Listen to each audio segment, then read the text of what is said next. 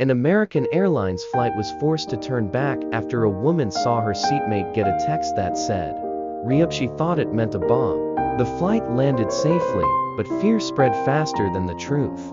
A huge volcano erupted in Japan on Mount Shinmo-dake Thursday, as the country approaches the date of a mega disaster forecasted by a prophet decades ago. A petrol station explosion rocked eastern Rome this morning.